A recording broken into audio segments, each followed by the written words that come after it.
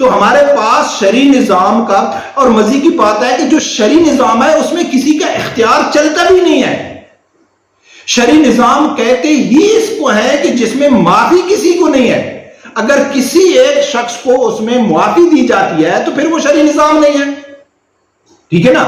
اگر کوئی وزیر اعظم، صدر ہے یا شرعی نظام میں جو ملک کا حکمران ہے، اگر وہ چاہتا ہے، وہ سمجھتا ہے کہ جی میرا جو رشتہ دار ہے اس کے اوپر وہ شرعی نظام نافذ نہیں ہو سکتا ہے، تو پھر وہ شرعی نظام نہیں ہے. شرعی نظام ہوگا تو پھر اس میں بچت کسی کی نہیں ہوگی، اور یہی حقیقت ہے کہ پاکستان کا جو واحد حل ہے وہ شرعی نظام ہے.